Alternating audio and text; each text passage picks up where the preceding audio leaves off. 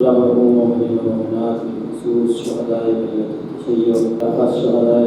سبعة القرآن شهيد مظلوم علامہ حسین حسینی خمینی رحمہ اللہ سعد مکرم کے اللہ محمد ہاشم صاحب حضور کے والدین مرحومین کی درجات کے لیے سورہ فاتحہ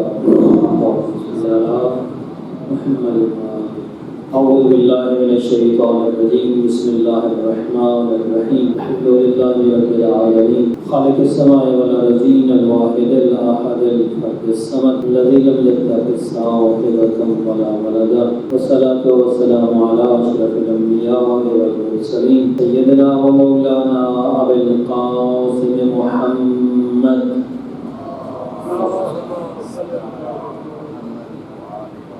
وعلى آله الطيبين الطاهرين المعصومين الذين أذهب الله عنهم الرجس وطهرهم تطهيرا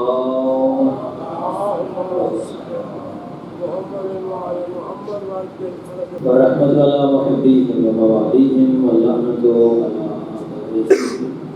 من يوم عداوتهم إلى يوم الدين وما بعد فقالت سيدة زينب سلام الله عليها ما رأيت منه إلا جميلا صلوات الله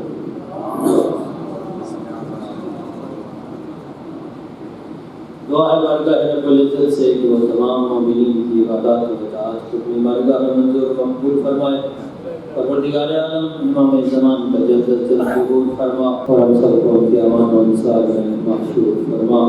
وطن عزیز پاکستان کو امن و سلامتی کا گہوارہ بنا دہشت گردوں اور ان کے سرپرستوں کو اس کو نابود فرما صلوات اللہ کربلا کا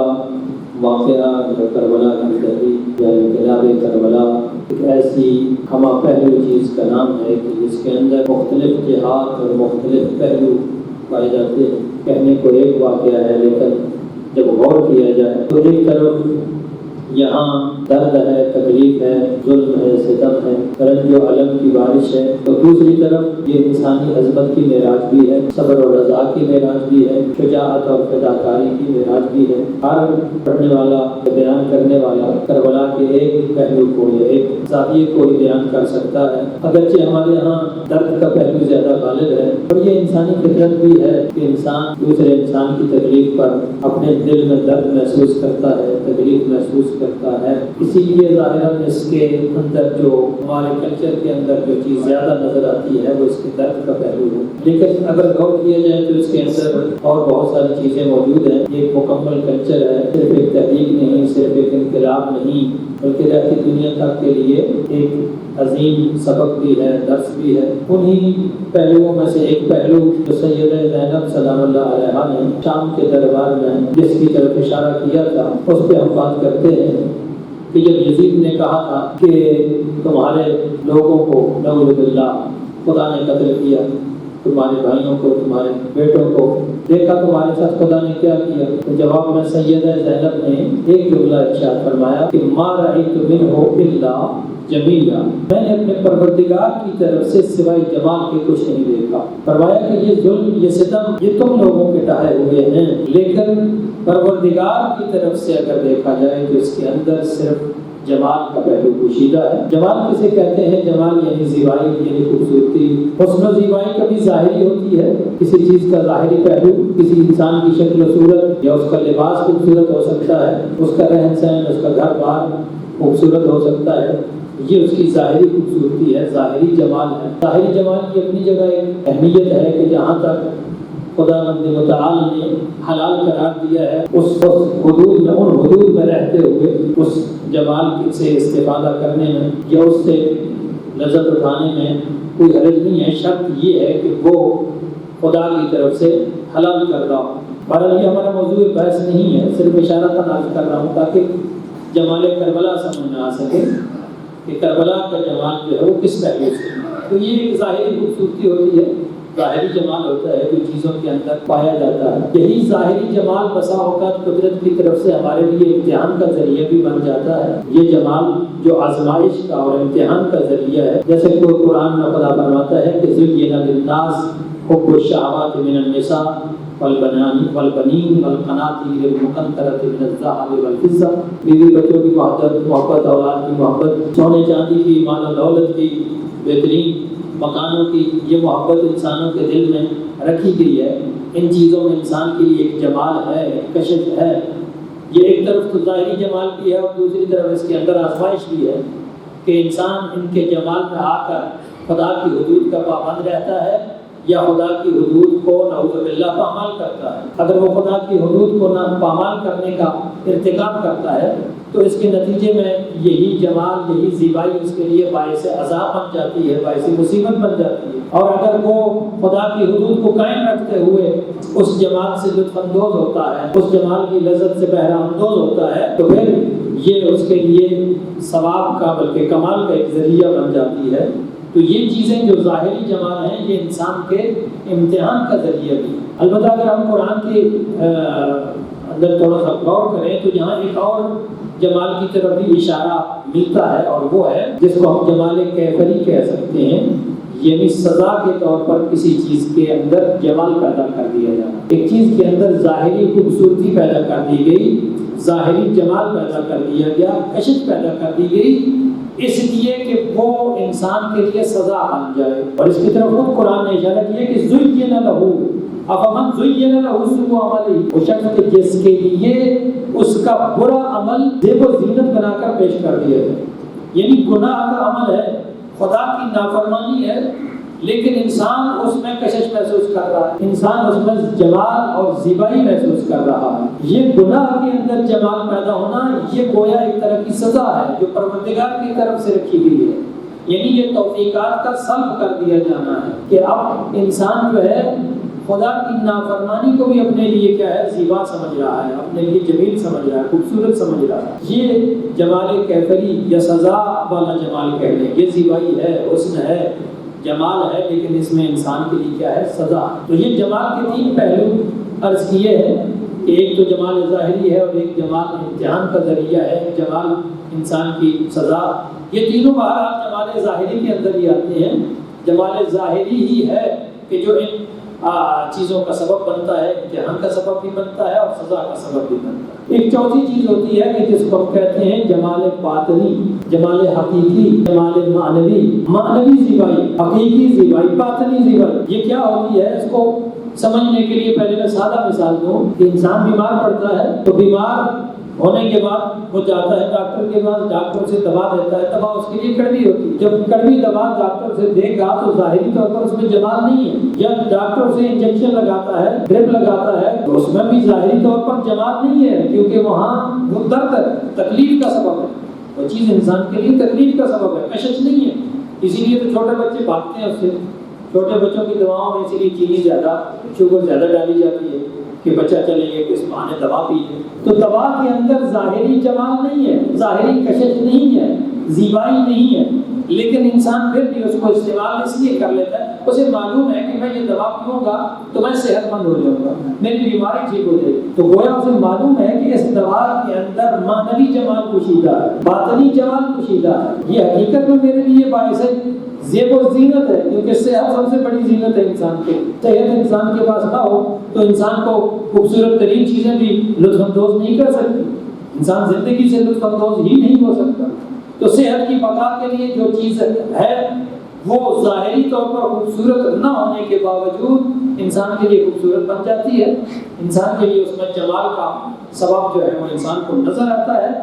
وہ ایک طرح کا معنوی اور باطنی جمال ہے جو چیزوں کے اندر پوشیدہ ہوتا ہے۔ یہ جیسے علم کے اندر، علم کیا ہے ظاہری طور پر بڑا مشکل مرحلہ ہے نا، علم حاصل کرنا، انسان کو اپنا قیمتی وقت لگانا پڑتا ہے، مال و دولت بھی بسا اوقات علم حاصل کرنے کے لیے لگانی پڑتی ہے، وقت لگانا پڑتا ہے، سب سے بڑی مشکل، ذہنی محنت کرنی پڑتی ہے۔ تو ظاہری طور پر بہت سارے لوگوں کے لیے اس میں کشش نہیں ہوتی، لیکن جس شخص کے دل میں علم کی کشش آ جائے اس کے لیے اس سے بڑی اور بڑھ کر پھر کوئی کشش ہوتی ہی نہیں ہے۔ جیسے کہ وہ شعر لکھا ہے پچھلے دنوں ہمارے انتہائی محترم استاد الاساتذہ آیت اللہ حسن زادہ عمری صاحب دنیا سے رخصت ہوئے ہیں، ان کا ایک بڑا خوبصورت شعر ہے، اس حوالے سے وہ کہتے ہیں یوسف ہم تحصیل دانش گشت من یعقوب بار از فراقش کو بکو کو بانگے یا اسب۔ میرا یوسف کیا ہے؟ تحصیل علم ہے، علم حاصل کرنا میرا یوسف ہے۔ وہ بتا رہے ہیں کہ علم کے اندر کتنا جمال ہے۔ وہ کہتے ہیں کہ یہ اس طرح کا میرے لیے یوسف ہے کہ جیسے حضرت یعقوب یوسف کے غم میں گریا کرتے تھے، اس کو ڈھونڈتے رہتے تھے،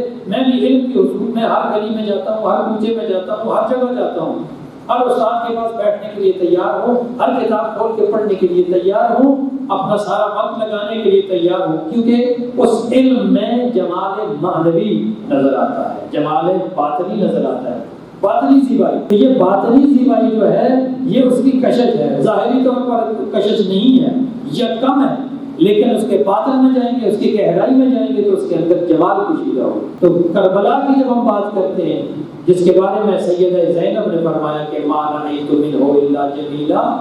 کہ میں نے اپنے پروردگار کی طرف سے سوائے جمال کے کچھ اور نہیں دیکھا۔ تو یہ وہ ظاہری جمال کی بات نہیں ہو رہی، یہ جمال آزمائشی کی بھی بات نہیں ہے، جمال کیفری کی بھی بات نہیں ہے، امتحان،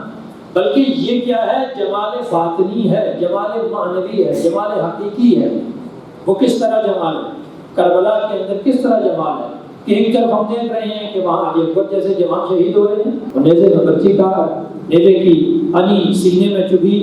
ہے، جن کے 6 ماہ کے علی اصغر کو شہید کیا جا رہا ہے 3 پھل والے تیر سے، اور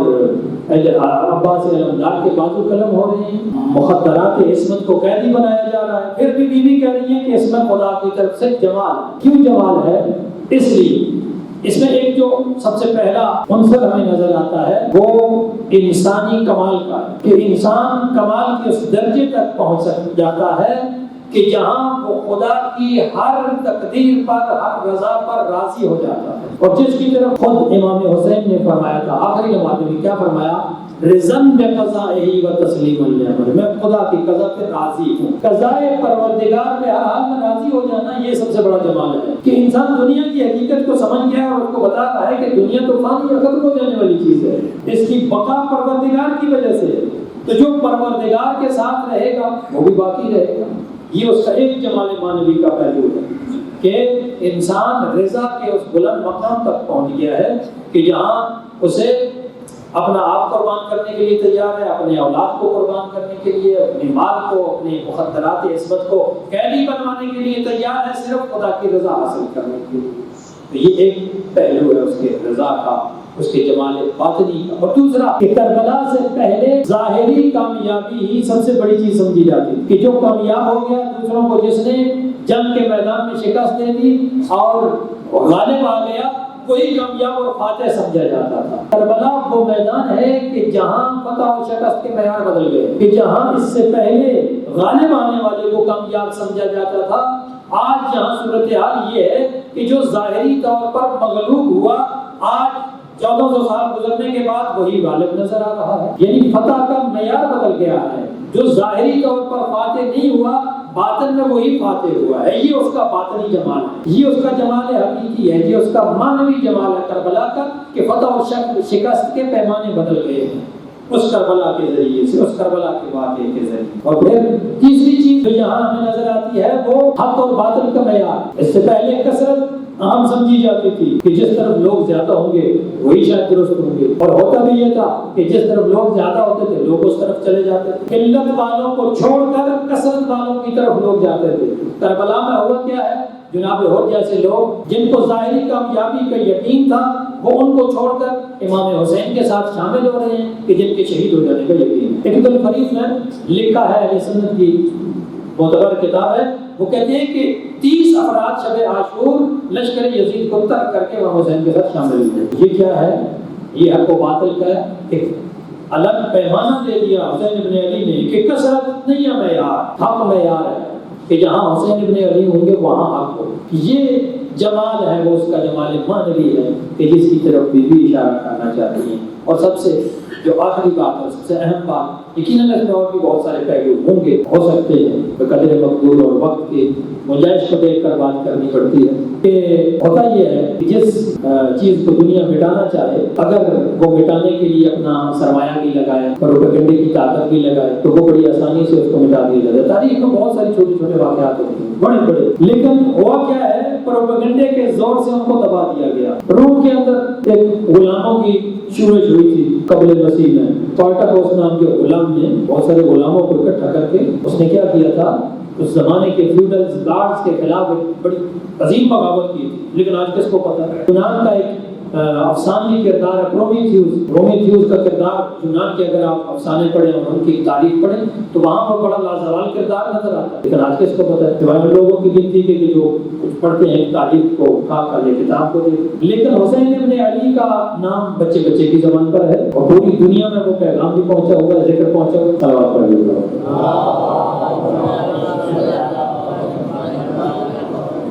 یہ بھی تو اس کا ایک جمال کا پہلو ہے نا کہ جس کو مٹانے کے لیے پوری حکومتیں لگا دی گئی، پروپیگنڈے کی قوت بھی لگا دی گئی، ان کے خلاف کتابیں بھی لکھی گئی، ان کے حق میں لکھنے والوں پر پابندی لگائی گئی۔ واقعہ کربلا کو بیان کرنا بھی انتہائی مشکل تھا۔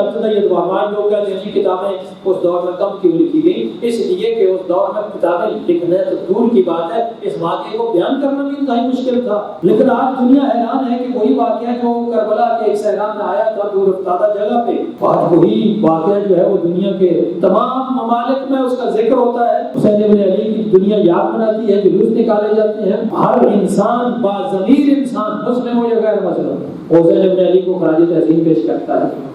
یہ کربلا کے اس ذکر کا باقی رہنا ابھی تک اور آج تک ان کا باقی رہنا، یہ کربلا کا سب سے بڑا جمال ہے، یہ اس کا سب سے بڑا باطنی اور حقیقی پہلو ہے جو آج تک باقی ہے۔ اور کربلا کے اسی ایک جمال کا مظاہرہ دنیا نے اربعین پہ دیکھا ہے۔ اس اربعین کے اوپر کتنی پابندی لگائی گئی، کرونا نام کی بیماری پھیلی تھی یا پھیلائی گئی کچھ بھی ہو کتنی، اس کے باوجود بعض رپورٹس کے مطابق 2 کروڑ کے قریب لگ بھگ صرف کربلا میں لوگ جمع ہوئے۔ اور جو اربعین ہر ملک کے اندر منائی گئی، افریقہ کے اندر، دوسرے ملکوں کے اندر، ایران کے اندر، پاکستان کے اندر، جہاں جہاں یہ اربعین کے جلوس نکلے ہیں اور دنیا اپنے اپنے چکوال کی بات کر رہے ہیں کہ چکوال کے اندر جو مشی ہوئی ہے اسی اربعین کے حوالے سے 18 سفر کو، کہ دنیا حیران ہے کہ اتنے لوگ کہاں سے گئے ہیں۔ کیا یہ وہی چکوال ہے کہ جہاں ذرا ذرا سے جلوسوں پر FIR درج ہو جاتی ہے، جہاں جلوسوں پہ پابندی لگانے کی کوشش کی جاتی ہے؟ کیسے جواب دیا امت نے، قوم نے کیسے جواب دیا پابندیاں لگانے والوں کو اور لگانے کی کوششیں کرنے والوں کو اور رکاوٹیں ڈالنے والوں کو، کیسے جواب دیا اس قوم نے؟